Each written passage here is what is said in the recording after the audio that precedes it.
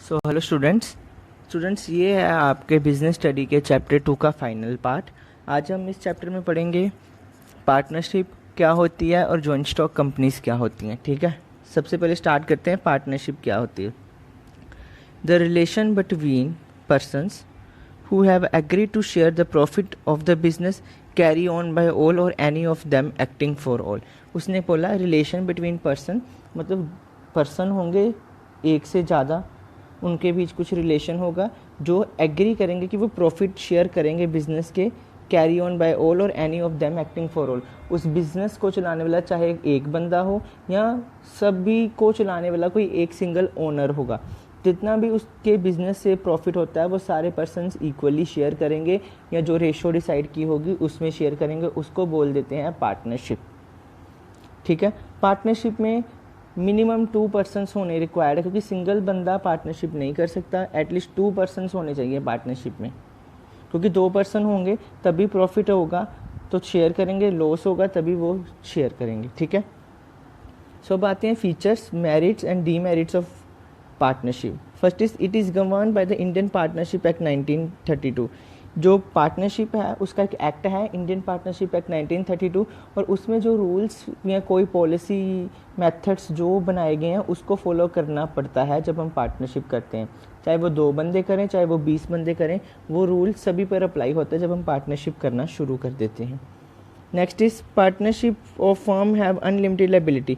Partners are jointly liable to repay the debts and contribute in their proportion of share. मतलब जो partners हैं उनकी unlimited liability होती है। अनलिमिटेड लायबिलिटी मतलब वो जितना मर्जी कर्जा ले सकते हैं, चाहे वो अपने फ्रेंड से लें, अपनी फैमिली से लें या बैंक से लें, किसी से भी बोरो करें, वो अनलिमिटेड कर्जा ले सकते हैं ताकि उनके पार्टनरशिप में किसी भी तरह की उनको रुकावट ना आए। ठीक है, next is reward comes in the form of profit. Partnership में जो भी बच्चे प्रॉफिट रिवार्ड होता है उसको हम नाम देंगे प्रॉफिट। ठीक है, अगर तो आपने पार्टनरशिप डीड बनाई हुई है तो उसमें अगर आपने जो रेशो मेंशन किया है तो आप वो रेशो में ही आप प्रॉफिट डिसाइड करोगे। ठीक है, और अगर लॉस हो रहा है तो वो लॉस भी उसी रेशो में शेयर किया जाएगा। तो एक बात याद रखो, अगर आपकी पार्टनरशिप डीड मिसिंग है तो आप इक्वल रेशो में शेयर करोगे। जैसे मान लो 2 पार्टनर है ए और बी, तो इनकी रेशो हो जाएगी 1:1। जितना प्रॉफिट आएगा इक्वल डिस्ट्रीब्यूट करेंगे। तो अगर उन्होंने रेशो डिसाइड किया 3:2 तो फिर 3:2 में प्रॉफिट अपना डिस्ट्रीब्यूट करेंगे। Partner with the mutual concern share responsibility of decision making and day to day control of activities. Partners जो हैं एक दूसरे के साथ मिल के डिसीजन लेते हैं, म्यूचुअल डिसीजन लेंगे। अगर 2 पार्टनर्स हैं दोनों मिलकर डिसीजन लेंगे, चाहे 3 हो चाहे 4 हो चाहे 5 हो, सभी मिलकर डिसीजन लेंगे। कोई सिंगल बंदा इसमें डिसीजन नहीं ले सकता, सभी को मिलकर डिसीजन लेने पड़ेंगे।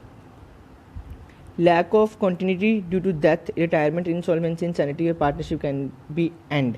अगर मान लो 2 ही पार्टनर्स हैं, फॉर एग्जांपल अगर एक की डेथ हो जाती है या वो इंसॉल्वेंट हो जाता है या बैंकरप्ट हो जाता है या फिर रिटायर हो जाता है, तो डेफिनेटली बाद में एक बंदा बच गया तो पार्टनरशिप तो ऑटोमेटिकली ख़त्म हो गई। सो partnership death, insanity, insolvency, retirement और बैंकरप्सी से बहुत ज़्यादा इफेक्टेड होती है, चाहे 4 पार्टनर हो चाहे 5 हो तो चाहे 2 हो। ठीक है, with in minimum 2 partner partnership can be form. अभी बताया मैंने कि कम से कम 2 पार्टनर होने चाहिए। जैसे कंपनीज़ में जब आप देखोगे आगे पढ़ोगे, कंपनीज़ में एक मैक्सिमम मिनिमम रिक्वायरमेंट होती है, पार्टनरशिप में मिनिमम रिक्वायरमेंट 2 है, मैक्सिमम की कोई लिमिट नहीं होती यहाँ पे। Business carry by all of or any of the partner acting for. Business कोई भी कर सकता है, या सभी मिलके करेंगे या सभी के भी हाफ पे कोई सिंगल बंदा करेगा। पार्टनर्स वो भी होंगे, चलो जैसे होता है ना कि जो पार्टनर्स होते हैं वो कहीं और काम में बिजी होते हैं, इसलिए उन्होंने एक बंदा अपॉइंट किया था, वो उनके लिए बिजनेस करता है। सो जो भी प्रॉफिट आता है फिर वो मिलके शेयर कर लेंगे। ठीक है, या तो बिजनेस सारे पार्टनर मिलके कर सकते हैं या फिर कोई सिंगल बंदा भी उनके लिए बिजनेस कर सकता है। ओके, आई होप आपको फीचर समझ लग गए हों। अब हम पढ़ेंगे merits. Partnership can be form easily by an agreement between partners. अभी बताया पार्टनरशिप बहुत इजीली फॉर्म आती है जब 2 बंदे एक दूसरे के साथ मिलके प्रॉफिट एंड लॉसेस शेयर करना शुरू कर दें, समझो पार्टनरशिप क्रिएट होगी। उनको इंडियन पार्टनरशिप एक्ट 1932 के बीच में रजिस्टर करवाना पड़ता है और उसके प्रोसीजर्स फॉलो करने पड़ते हैं। Partner can overseas different function according to their expertise. मतलब पार्टनर्स जो हैं अपनी एक्सपर्टाइज, अपनी स्किल्स और नॉलेज के हिसाब से दूर का सोचेंगे कि फ्यूचर में प्रॉफिट हो रहा है, लॉस हो रहा है, फिर उस हिसाब से ट्रांजेक्शन करेंगे। The capital of contributed by number of partners. देखो यहाँ अगर ज़्यादा जितने ज़्यादा पार्टनर्स होंगे उतनी ज़्यादा कैपिटल आएगी, और जितनी ज़्यादा कैपिटल होगी उतना ज़्यादा बिजनेस को प्रॉफिट होगा। reduces anxiety burden and stress on partner as risk is reduced by sharing between partner। Definitely बेटा एक चीज़ याद रखो, अगर पार्टनरशिप में 5 पार्टनर हैं तो प्रॉफिट भी इक्वली डिस्ट्रीब्यूट होगा, और शेयर होगा 10,000 का शेयर होगा, सॉरी 10,000 का लॉस होगा, वो भी इक्वली डिस्ट्रीब्यूट हो जाएगा पार्टनर में। ऐसे कोई टेंशन वाली बात ही नहीं है। देखो ना, एंग्जाइटी कम होगी, उनकी टेंशन कम होगी, बर्डन कम हो गया कि अगर लॉस हो जाता है सिंगल बंदे को नहीं बेयर करना पड़ेगा, पूरी पार्टनरशिप फर्म को बेयर करना पड़ेगा। A partnership firm is not legally required to publish its account and submit its reports, and it is liable to maintain confidentiality information relating to operation। Partnership है, उनको अपने accounts publish करने की कोई ज़रूरत नहीं होती। जब आप पढ़ोगे ना पार्टनरशिप, उसमें देखोगे जब पार्टनरशिप के अकाउंट होते हैं उसमें एक रिवैल्यूएशन अकाउंट बनता है, पार्टनर्स कैपिटल अकाउंट बनता है और बैलेंस शीट बनती है। तो वो इन्फॉर्मेशन इनको ज़रूरत नहीं होती किसी को शो करने की, क्योंकि वो अपने सीक्रेसी मेंटेन करके रख सकते हैं, कॉन्फिडेंशियलिटी इन्फॉर्मेशन अपने पास रख सकते हैं। ये थे कुछ मेरिट्स। अब देखते हैं इसके डीमेरिट्स, मतलब लिमिटेशन क्या है। The liability of partners both joint and the servant which may be provide to the drawbacks for those partners who have personal wealth. मतलब देखो, जिन बंदों ने अपनी पर्सनल इनकम लगाई है और जिन बंदों ने कर्जा लेकर लगाया, ठीक है, अगर बाई चांस पार्टनरशिप फर्म डूब जाती है, जिन्होंने कर्जा लिया है पैसा उनका, जिन्होंने कर्जा लिया पार्टनर से, उनका तो कुछ नहीं गया ना, पर जिन्होंने अपनी रियल इनकम उसमें लगा दी उनके लिए तो नुकसान हो जाएगा ना, क्योंकि पार्टनर्स ने अगर कर्जा लिया वो भाग जाएंगे, छुप जाएंगे कहीं कि हम कर्जा नहीं लेंगे, बट जिसने खुद अपना ही पैसा लगाया तो उसका तो नुकसान हो गया ना अगर फर्म को कुछ भी एनी लॉस हुआ। Partnership firm face problem in expansion beyond a certain limit, certain sizes से capital investment sufficient to supportive scale operation. जो पार्टनरशिप फर्म है उसको कहीं ना कहीं किसी भी तरह की प्रॉब्लम फेस करनी पड़ती है अपने बिजनेस को एक्सपेंशन करने के, क्योंकि अगर उसके पास कैपिटल ज़्यादा होएगी फिर वो बिज़नेस में इन्वेस्ट कर सकता है। अगर उसके पास कैपिटल नहीं है फिर बिज़नेस में इन्वेस्ट नहीं करेगा। अगर बिज़नेस में इन्वेस्ट नहीं करेगा तो बेटा उसके पास जो है सफिशेंट पैसा नहीं होएगा बिज़नेस को एक्सपेंड करने के लिए। Lack of continuity due to death, insolvency, insanity of partnership can bring partnership to end. वही बात आ गई कि अगर किसी पार्टनर की डेथ हो जाती है, वो इंसॉल्वेंट हो जाता है, रिटायर हो जाता है, उसकी पार्टनरशिप ख़त्म हो जाएगी, जिसकी वजह से पूरा पार्टनरशिप है जो एंड आ जाएगा, पार्टनरशिप ख़त्म हो जाएगी। देखो अभी बताया मैंने पीछे भी फीचर में, अगर दो ही बंदे हैं, अगर एक की डेथ हो जाती है या फिर वो रिटायर हो जाता है, या इनसैनिटी हो जाती है उसकी, इंसॉल्वेंसी होती है, बैंकरप्टी हो जाती है, किसी भी तरह कुछ भी हो जाता है, तो बेटा वो तो फिर पार्टनरशिप ही ख़त्म होगी ना। सो ये एक बड़ा डिसएडवांटेज है पार्टनरशिप में। कंपनीज़ में जॉइंट स्टॉक में ऐसा कुछ नहीं होता।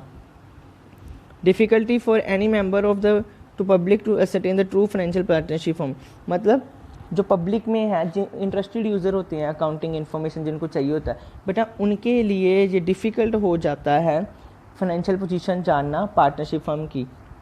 पूछो क्यों? क्योंकि जो पार्टनरशिप होती है वो रिक्वायर नहीं होती कि अपनी इन्फॉर्मेशन पब्लिश करे, उनके ऊपर कोई रिस्ट्रिक्शन नहीं होती कि उनको पब्लिश करनी पड़ेगी। इसलिए जो इंटरेस्टेड यूज़र होते हैं वो पार्टनरशिप फर्म के जो अकाउंट्स होते हैं वो नहीं देख पाते। ठीक है, सो ये थे आपके कुछ फीचर, मेरिट और लिमिटेशन। अब हम पढ़ेंगे टाइप्स ऑफ पार्टनर्स। पार्टनरशिप में कितने तरह के पार्टनर्स होते हैं। अब हम पढ़ने जा रहे हैं types of partner. Partnership firm में कितने पार्टनर होते हैं? Active partner, sleeping partner, secret partner, nominal partner, partner by estoppel, partner by holding out. ठीक है, एक्टिव पार्टनर कौन होता है? एक्टिव पार्टनर बेटा वो होता है जो एक्टिवली पार्टनरशिप में हिस्सा लेता है। ठीक है, जो एक्टिवली बिजनेस में देखे बिजनेस में क्या चल रहा है, कैसे चल रहा है, क्यों हो रहा है, वो होते हैं एक्टिव पार्टनर। वो कैपिटल कंट्रीब्यूट करता है, वो मैनेजमेंट में भी पार्टिसिपेट करता है, वो प्रॉफिट और लॉस भी शेयर करता है, और उसकी लाइबिलिटी जो होती है अनलिमिटेड होती है। ये मैं बार बार रिपीट नहीं करूँगा, लाइबिलिटी सभी पार्टनर्स की क्या है? अनलिमिटेड होती है। हम पीछे पढ़ चुके हैं, liability is unlimited. Next is sleeping partner. Sleeping partner होता है वो पार्टनर का हिस्सा तो होता है, बट वो बिजनेस की एक्टिविटीज़ में जो डेली एक्टिविटीज़ हो रही हैं उसमें अपना कोई हिस्सा नहीं देता। मीनिंग बता दिया, डेली काम में कोई हिस्सा नहीं देता, कैपिटल कंट्रीब्यूट करता है, मैनेजमेंट में पार्टिसिपेट नहीं करता, प्रॉफिट एंड लॉसेस शेयर करता है, और लाइबिलिटी उसकी अनलिमिटेड होती है।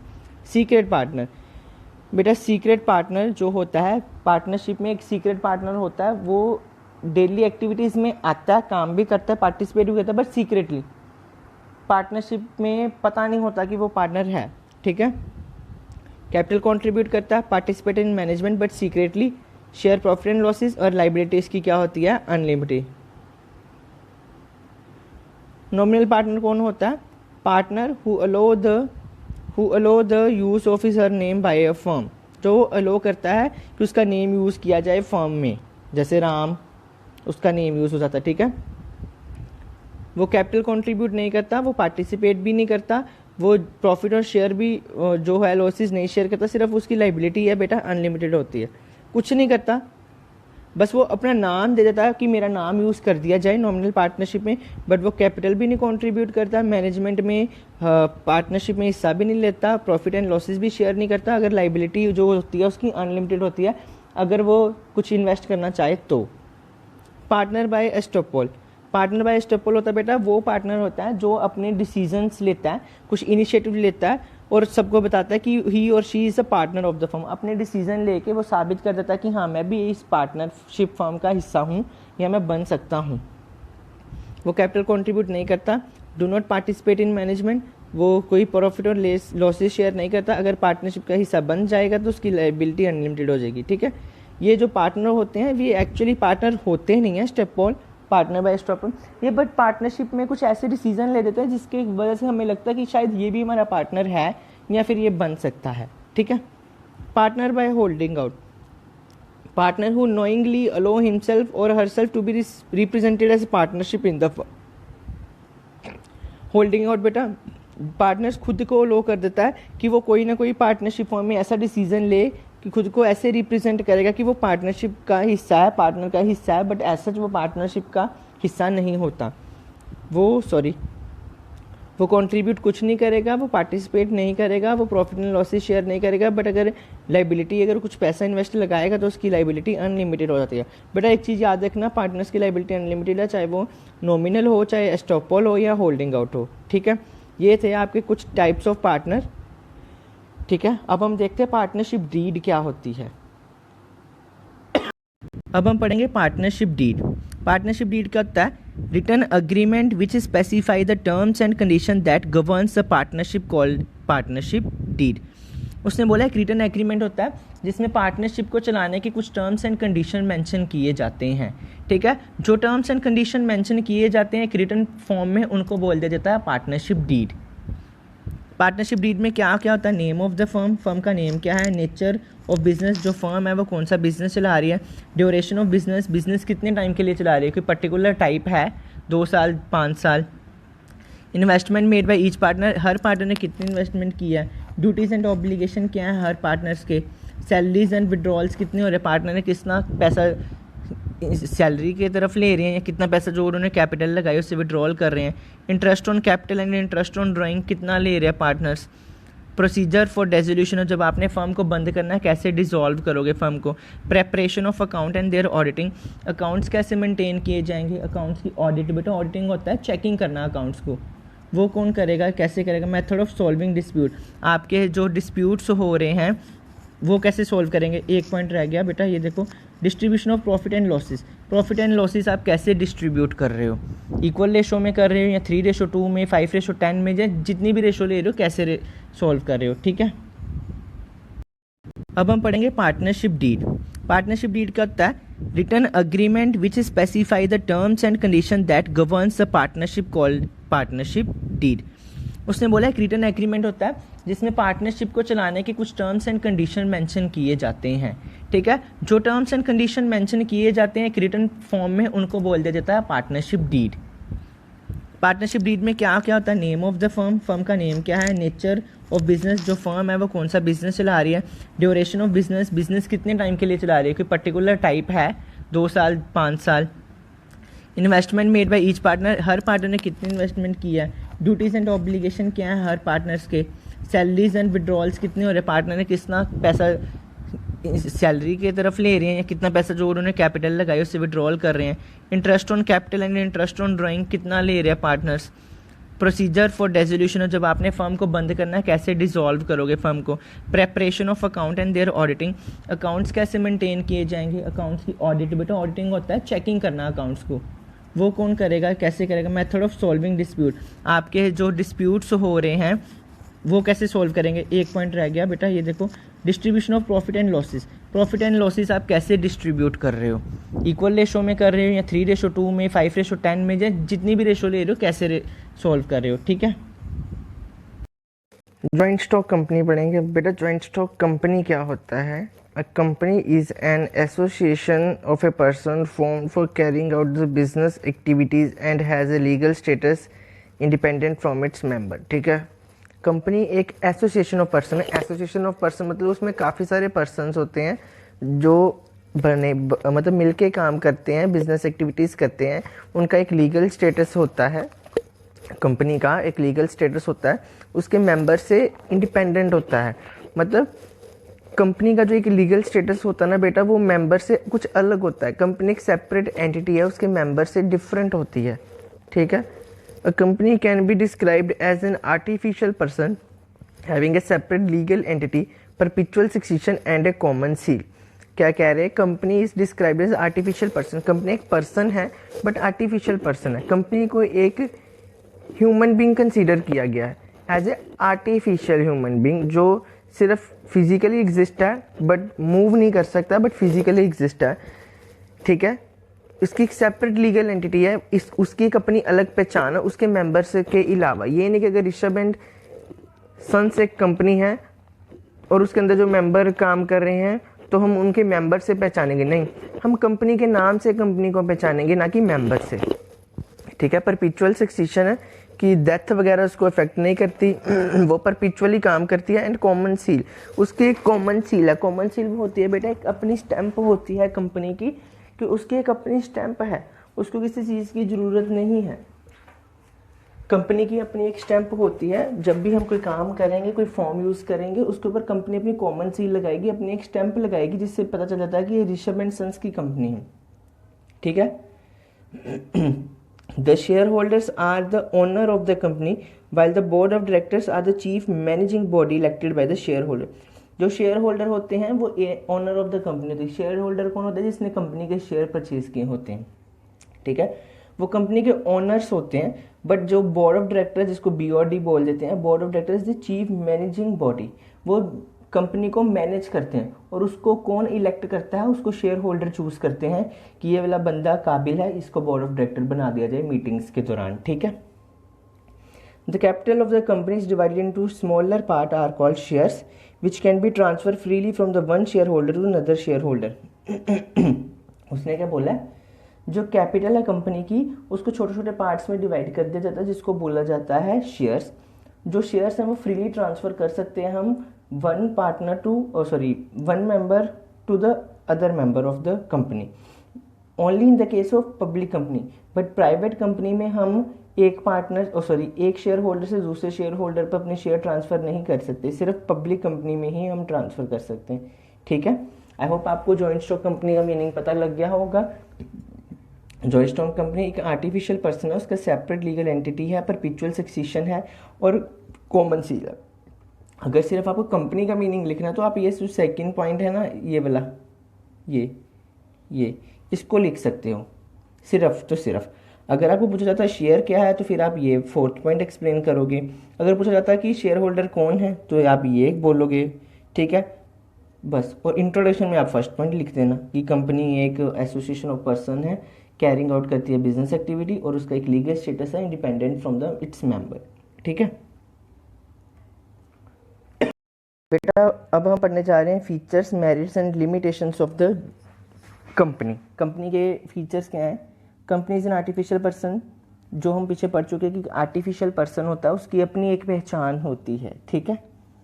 A company acquire and separate legal entity, company की एक सेपरेट लीगल एंटिटी होती है, उसकी अपनी एक पहचान होती है, वो मेंबर से अलग होती है, क्योंकि कंपनी का अपना एक कॉमन सील होती है, एक स्टैंप होती है, जिससे कंपनी की एक अपनी पहचान बन जाती है।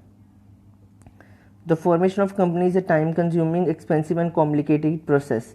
कंपनी को फॉर्मेट करना, कंपनी को बनाना एक बहुत ही ज़्यादा टाइम कंज्यूमिंग है। उसका कोई रजिस्ट्रेशन प्रोसीजर है ना जो बहुत लेंथी है। ठीक है, एक्सपेंसिव भी है और कॉम्प्लिकेटेड प्रोसेस है। उसको काम, एक तो खर्चा बहुत आ जाता है और कॉम्प्लिकेटेड है, बहुत मतलब क्योस हो जाता है, बहुत डिफिकल्ट है, क्योंकि कंपनी को फॉर्म करने के लिए बहुत डॉक्यूमेंटेशन की रिक्वायरमेंट होती है। It will only cease to exist when a specific procedure for its closure call binding up is completed. Members में कम एंड मेंबर्स में go but the company continues to exist. उसने बोला members आते जाते रहते हैं, मेंबर्स के आने जाने से कंपनी को कोई फ़र्क नहीं पड़ता, कंपनी अपना काम करेगी। बट कीजीज टू एग्जिस्ट मतलब कंपनी कब बंद होती है, कंपनी कब बंद होती है जब एक लेंथी प्रोसीड्योर फॉलो किया जाता है जिसको बोला जाता है वाइंडिंग अप। क्या बोलते हैं? Winding up. जब कंपनी ये प्रोसीड्योर फॉलो करेगी तो तब आपकी कंपनी बंद हो सकती है, बट अदरवाइज कंपनी बंद नहीं होती। मेंबर्स आते हैं चले जाते हैं, कंपनी बंद नहीं होती। अगर आपको बंद करनी है तो आपको वाइंडिंग अप प्रोसीड्योर्स फॉलो करने पड़ेंगे, ठीक है। The management and control of the affairs of the company is undertaken by the board of directors. अभी बताया जो शेयर होल्डर होते हैं वो ऑनर होते हैं कंपनी के, but the board of directors जो होते हैं वो मैनेज करते हैं कंपनी को। और बोर्ड ऑफ डायरेक्टर को कौन इलेक्ट करता है? शेयर होल्डर्स इलेक्ट करते हैं मीटिंग्स में। The liability of the member limited to the extent of the capital contributed by them in a company. जो लाइबिलिटी होती है मेंबर्स की कंपनी के, वो उतनी ही होती है जितना उन्होंने कैपिटल कंट्रीब्यूट किया। फॉर एग्जांपल अगर उन्होंने 50,000 कैपिटल कंट्रीब्यूट किया ना, तो वो 50,000 तक का कर्जा ले सकते हैं, लाइबिलिटी उनकी इतनी हो जाती है, ठीक है। कंपनी में और may not have a common seal. Company का अपना कॉमन सील हो भी सकती है और नहीं भी हो सकती, डिपेंड करता है कि उनके पास कैपिटल कितनी है। अगर कंपनी तो हाई इंफ्रास्ट्रक्चर वाली है तो उनका अपना कॉमन सील हो सकता है। अगर हाई इंफ्रास्ट्रक्चर नहीं है, लो इंफ्रास्ट्रक्चर है, उनके पास इतने पैसे नहीं है, तो वो अपना कॉमन सील नहीं भी रखते। The risk of losses in a company is borne by the share holder. Definitely जो रिस्क होता है वो शेयर होल्डर को बोर्न करना पड़ता है, क्योंकि उन्होंने पैसा इन्वेस्ट किया था तो वही शेयर खरीदते हैं कंपनी के। अगर शेयर का प्राइस बढ़ जाता तो उनको प्रॉफिट होगा, शेयर का प्राइस कम हो जाता तो उनका लॉस हो जाएगा। आई होप आपको ये फीचर्स से जो 6-7 फीचर्स है आपको समझ लग गया होगा। अब हम पढ़ेंगे advantages of joint stock companies को मेरिट बोलते हैं। The share holders are liable to the extent of the amount unpaid on the shares held by them. उन्होंने कहा share holders are liable, share holder जो है उतनी देर तक अपने शेयर को प्रॉपरली सेल नहीं कर सकते जितनी देर तक उनकी जो शेयर की अनपेड वैल्यू वो पे नहीं कर देते, ठीक है। The share holder are liable to the extent of the amount unpaid on share held by them. Shares of public limited company can be sold in the market and can be easily converted into cash. This avoid blockage of investment and present of company's favorable revenue. उन्होंने क्या कहा, जो public limited company है ना, वो अपने share जो है वो मार्केट में सेल कर सकती है, उनको कन्वर्ट कर सकती है कैश में, सो दैट कि उनकी जो इन्वेस्टमेंट है वो फर्दर इन्वेस्टमेंट कर सके, उनकी इन्वेस्टमेंट ब्लॉक ना हो जाए। अगर मतलब पब्लिक कंपनी को किसी भी तरह की पैसे की रिक्वायरमेंट है तो वो अपने जो शेयर्स हैं वो सेल कर सकती है। Existence of company is not affected by the death retirement. वही आ गया कि जो एग्जिस्टेंस ऑफ कंपनी है, अगर किसी कंपनी में किसी मेंबर की डेथ हो जाती है, वो पागल हो जाता है या बैंकरप्ट हो जाता है, रिजाइन कर देता है, तो इंसॉल्वेंट हो जाता है। इंसॉल्वेंट होता है बेटा जब किसी के एसेट कम हो जाते हैं और लाइबिलिटी बढ़ जाती है। ये याद रखना, ये पॉइंट बहुत बार आता है। इंसॉल्वेंसी होती है जब किसी की एसेट कम हो जाए और लाइबिलिटी बढ़ जाए। एसेट मतलब उसके पैसे जहाँ से उसको आने हैं वो कम हो जाए और लाइबिलिटी उसकी बढ़ जाए, कर्जा उसने ज़्यादा ले लिया, तो वो इंसॉल्वेंट हो जाता है। बट इन केसेस में कंपनी को एग्जिस्टेंस को कोई इफेक्ट नहीं पड़ता, कंपनी बंद नहीं होती, चाहे कोई मेंबर की डेथ हो जाए या वो इनसैनिटी हो जाए, इंसॉल्वेंट हो जाए, बैंकरप्ट हो जाए या रिज़ाइन कर दे, इससे कंपनी को कोई इफेक्ट नहीं पड़ता। Capital can be attracted from the public as well as through loans from bank and financial institutions. Thus there is greater scope of expansion. Capital जो है वो कंपनी किसी भी थ्रू से अट्रैक्ट कर सकती है, चाहे पब्लिक से अट्रैक्ट करे, चाहे वो लोन ले ले बैंक से या फाइनेंशियल इंस्टीट्यूशन से। मतलब कंपनी को पूरा राइट है, वो लोन भी ले सकती है, वो पब्लिक को अपने शेयर्स बेच के पब्लिक से भी पैसे अर्न कर सकती है, पूरा राइट है ताकि वो अपने बिजनेस को एक्सपेंड कर सके। Company can afford to pay higher salaries to the specialists and professionals. It can therefore employ people who are expert in their area. और वो बोला कंपनी है जो हाई सैलरी पे करती है, जो उसने प्रोफेशनल और जो स्पेशलिस्ट हायर किए गए होते हैं काम करने के लिए। कंपनी सिर्फ वही बंदों को हायर करती है जो किसी पर्टिकुलर फील्ड में स्पेशल होते हैं। Limitations, the formation of A company require greater time. वो जो हम पीछे पढ़ चुके हैं कि कंपनी को फॉर्म करना बहुत टाइम कंज्यूम है, एक्सपेंसिव है, कॉन्फ्लिक्टिंग टास्क है, क्योंकि इसमें इतनी ज़्यादा लीगल रिक्वायरमेंट होती हैं कि वो बहुत ज़्यादा टाइम ले जाता है, ठीक है। Separation of ownership and management leads to lack of effort as well as personal involvement of part of the officer of the company. Ownership और मैनेजमेंट को अलग अलग करना बहुत डिफिकल्ट हो जाता है, डिसाइड करना डिफिकल्ट हो जाता है कि कौन शेयर होल्डर है कंपनी का। और चलो शेयर होल्डर, चलो पता भी लग गया कि किसी ने शेयर खरीदे, वो शेयर होल्डर, पर मैनेज कौन करेगा कंपनी को? कंपनी को मैनेज करने के लिए बोर्ड ऑफ डायरेक्टर चाहिए, उसके लिए मीटिंग्स करनी पड़ती हैं, मीटिंग्स में शेयर होल्डर फिर सिलेक्ट करते हैं, तो ये बहुत डिफिकल्ट प्रोसेस है। इसमें बहुत ज़्यादा जो है एफर्ट्स लग जाते हैं इसमें सिलेक्ट करने के लिए कि ओनरशिप कौन है और मैनेजर कौन बनेगा, मतलब मैनेजमेंट कौन है। Information of company provide to the registrar of company time to time and hence information is available to general public। Information है जो रजिस्ट्रार को प्रोवाइड करनी पड़ती है टाइम टू टाइम। कैसी इन्फॉर्मेशन कि पहले 10 मेंबर से अब 11 हो गए हैं, बोर्ड ऑफ डायरेक्टर कोई चेंज हो गया है, शेयर होल्डर न्यू आ गए हैं, शेयर का प्राइस इतना बढ़ गया, इतना कम हो गया, मतलब टाइम टू टाइम जो रजिस्ट्रार को इन्फॉर्मेशन देनी पड़ती है। सो इन्फॉर्मेशन की वजह से जो सारी इन्फॉर्मेशन है हमारी वो पब्लिक को चली जाती है। The functioning of a company is subject to the many legal provisions and compulsions. This reduces the freedom of operation of a company and takes away a lot of time, effort and money. मतलब उसने कहा company को चलाने के लिए ना बहुत ज़्यादा legal provisions and compulsion follow करने पड़ते हैं, जिसकी वजह से इंसान की फ्रीडम है जो ख़त्म हो जाती है। उसको कोई भी काम करना पहले उसको प्रोविजंस चेक करने पड़ते हैं कि इसका क्या प्रोविजन है, इसका क्या प्रोविजन, जिसकी वजह से बहुत टाइम लग जाता है कंपनी में कोई भी काम करने के लिए। Communication as well as approval of various proposal on top, middle and lower level management may cause delays not only in taking decision but also in acting upon them। उसने कहा किसी भी इंफॉर्मेशन को कम्युनिकेट करने के लिए या किसी भी इंफॉर्मेशन पे अप्रूवल लेने के लिए हमें टॉप लेवल, मिडिल लेवल और लोअर लेवल जो हमारे मैनेजमेंट में होते हैं उनसे सलाह लेनी पड़ती है। वो सलाह लेने में हमारा टाइम इतना कंज्यूम हो जाता है कि डिसीजंस फिर डिले हो जाते हैं। डिसीजन डिले होने के लिए कंपनी को जो है सफ़र करना पड़ता है। Board of Directors are representative of the shareholders. The owner have minimal influences in term of controlling or running the business। उसने कहा बोर्ड ऑफ डायरेक्टर जो हैं वो ही शेयर होल्डर्स को रिप्रेजेंट करते हैं। एक याद रखना, शेयर होल्डर ही इलेक्ट करते हैं फिर बोर्ड ऑफ डायरेक्टर को, फिर वही बोर्ड ऑफ डायरेक्टर जो है शेयर होल्डर को रिप्रेजेंट करते हैं। और जो शेयर होल्डर हैं वो ओनर होते हैं, तो उनका कंपनी में इतना राइट नहीं होता जितना बोर्ड ऑफ डायरेक्टर का राइट होता है किसी भी डिसीजन को लेने के लिए। Various demands pose problem in managing the company as it often become difficult to satisfy such a diverse interest। मतलब जो शेयर होल्डर हैं उनकी डिमांड जो होती हैं उनको मैनेज करने के लिए, उनकी डिमांड्स को फुलफिल करने के लिए कंपनी को बहुत ज़्यादा प्रॉब्लम फेस करनी पड़ती है। सो बेटा ये थे कुछ आपके features, merits and limitations of the company. इसके बाद हम पढ़ेंगे कंपनी की 2 types, public and private company क्या होती है, उनके बीच में डिफरेंस क्या क्या है, ठीक है। सो बेटा अब हम डिफरेंस पढ़ने जा रहे हैं पब्लिक और प्राइवेट कंपनी। मीनिंग भी आपको इधर से क्लियर होगा, डिफरेंस भी पता चल जाएगा, ठीक है। First is meaning, a company which is owned and traded publicly उसको बोलते हैं पब्लिक कंपनी। जो कंपनी ओन करती है, चलाती है और ट्रेड करती है, बिजनेस करती है पब्लिक में, वो होती पब्लिक कंपनी। इधर देखो, a company which is owned and traded privately, वो कंपनी जो कंट्रोल और ओन्ड प्राइवेटली होती है उसको बोला जाएगा प्राइवेट कंपनी, ठीक है। मिनिमम मेंबर कितने होते हैं पब्लिक कंपनी में? 7 और मिनिमम मेंबर कितने होते हैं प्राइवेट कंपनी में? 2।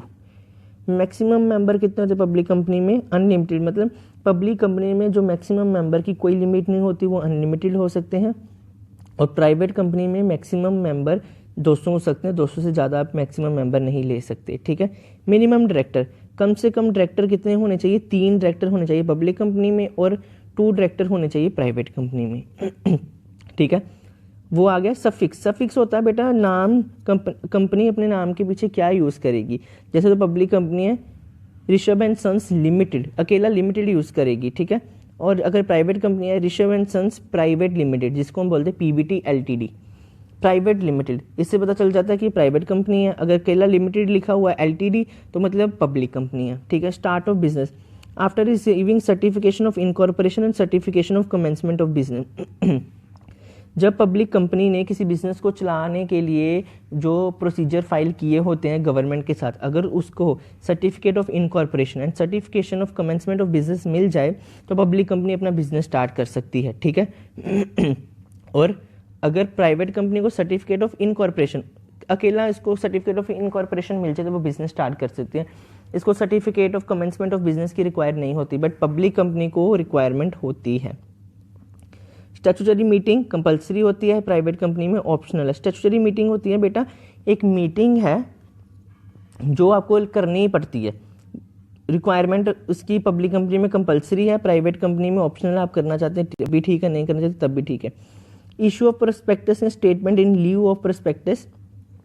प्रोस्पेक्टस होता है जिसमें कंपनी की सारी डिटेल होती है, कितने मेंबर्स हैं, बिजनेस क्या कर रही है कंपनी, बिजनेस के मेंबर्स क्या हैं, बिजनेस कंपनी में क्या न्यू आया है, कैसे आया है, वो सारी इन्फॉर्मेशन प्रोस्पेक्टस बताता है। पब्लिक कंपनी के लिए प्रोस्पेक्टस को इशू करना जरूरी है और प्राइवेट कंपनी के लिए नॉट रिक्वायर्ड। उनकी मर्जी है, करना चाहे तो कर लें, नहीं करना चाहे उनकी मर्जी।